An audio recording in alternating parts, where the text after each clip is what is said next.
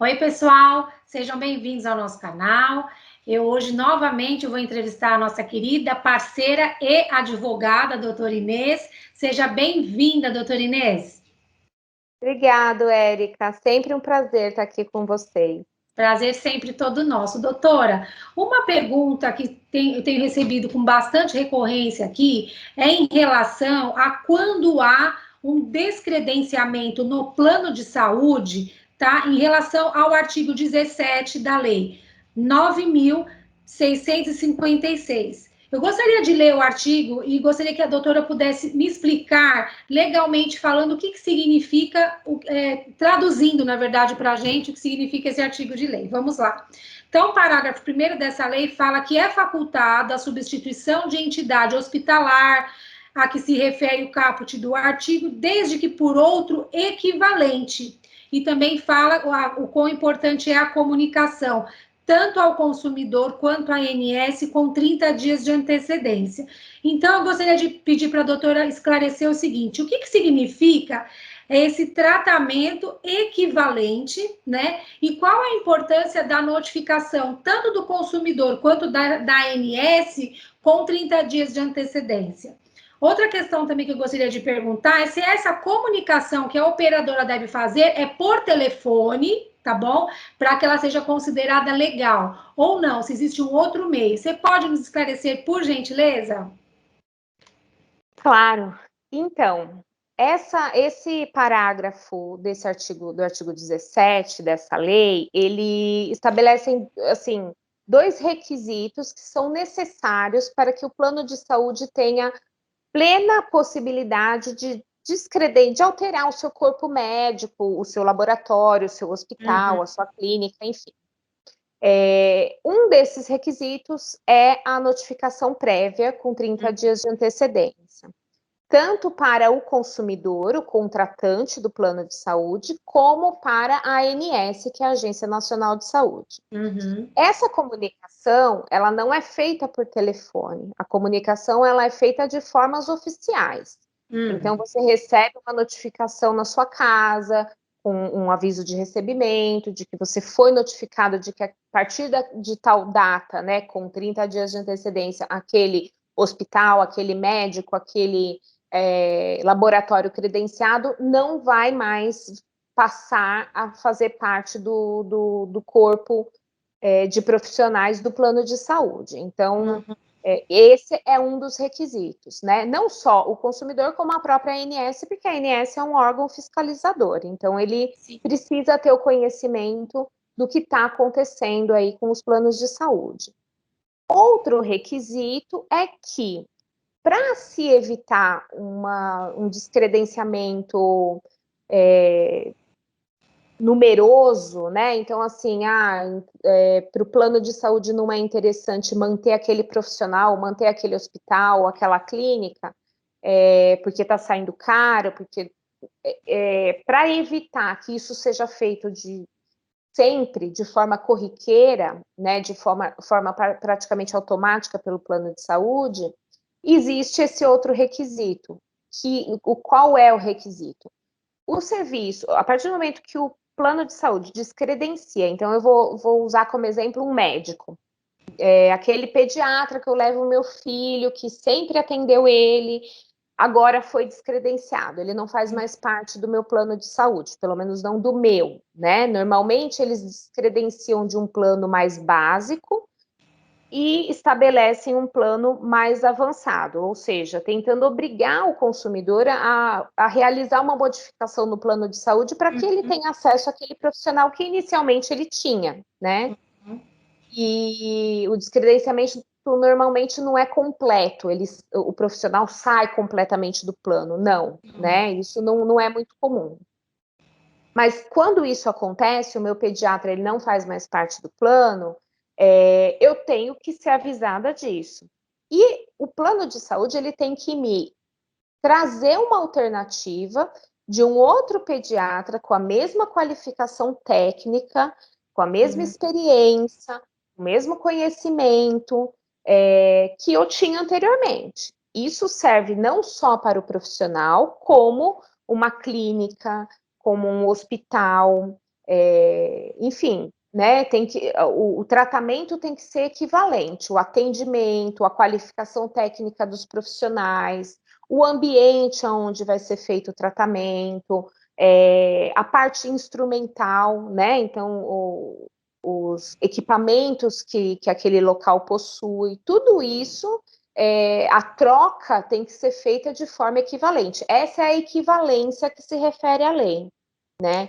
Normalmente não acontece, mas é um dos requisitos que a lei estabelece justamente para evitar esse descredenciamento automático que o plano realiza normalmente. Tá, então, pelo que eu entendi, essa equivalência, ela está ligada tanto à capacitação técnica. Então, vamos supor aqui, você deu o exemplo do médico. É um pediatra, mas ele tem uma especialidade em cardiologia. Então, não adianta o plano de saúde vir colocar assim, olha, estamos descredenciando fulano, mas Beltrano é só pediatra. Ele, na verdade, tem que ter a mesma qualificação técnica. Também tem que ser por um pediatra e cardiologista, certo? Então, sim, assim, a capacitação técnica do profissional, ela também é levada em conta. Sim. Essa questão da equivalência, tá? Caso não seja equivalente, caso, né, como isso não acontece aqui no Brasil, né, doutor, é bem difícil da gente pensar, mas vamos supor que não seja equivalente, que o plano vai lá, descredencie, ou por um local, ou por um profissional que não seja tão habilitado. Isso pode ser considerado como descredenciamento abusivo? Sim. Pode. Normalmente, a intenção é a mesma, né? De toda vez que acontece algum problema em relação a plano de saúde. Notificar a ouvidoria do plano, então notificar a operadora, falar, olha, eu não concordo, o profissional que me foi fornecido, ele não possui a qualificação técnica que eu preciso para o tratamento do meu filho ou para o meu tratamento. Ou a clínica, ou o hospital, né? Existe muito isso. Então, notificar o plano é a primeira providência a ser feita, né? Seja pela ouvidoria, seja uma notificação extrajudicial. Avisar a ANS, porque também, normalmente, essa notificação ela não é realizada nem para o consumidor, nem para a ANS. Então, a ANS não tem conhecimento do que está acontecendo.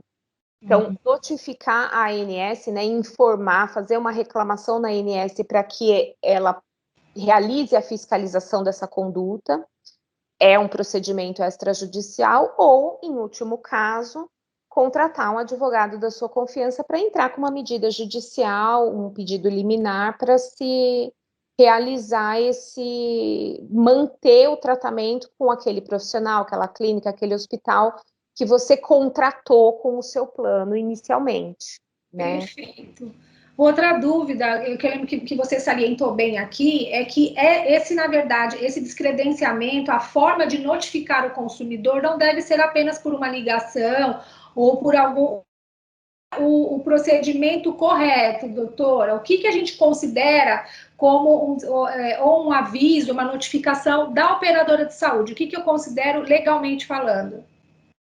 Normalmente, a operadora, normalmente não, ela deve fazer a comunicação por meios oficiais. Então, mandar uma carta para o consumidor na casa dele. Mesmo o e-mail, ele é uma forma de notificação, mas não é uma notificação formal, mas pode ser usado pela operadora. Telefone, WhatsApp, né?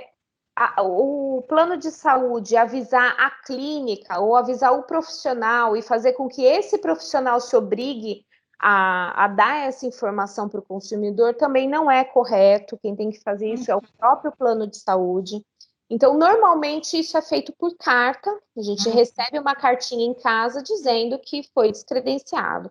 Ou por e-mail. Existem descredenciamentos sendo realizados por e-mail pelas operadoras. Agora, telefone.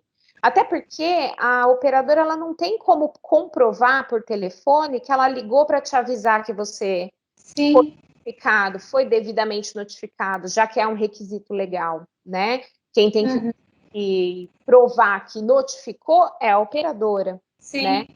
Então... Para ter uma garantia para eles fazerem da forma correta, né? Exatamente.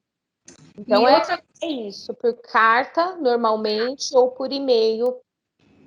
Outra coisa que eu gostaria de salientar também, doutora, para a gente encerrar esse assunto, vamos supor que a operadora de saúde não comunique diretamente, igual você falou, não adianta comunicar o profissional de saúde ou a clínica, vamos supor que ela faça isso por intermédio do profissional. O consumidor, nesse caso, ele pode tomar isso já como uma negativa ou não?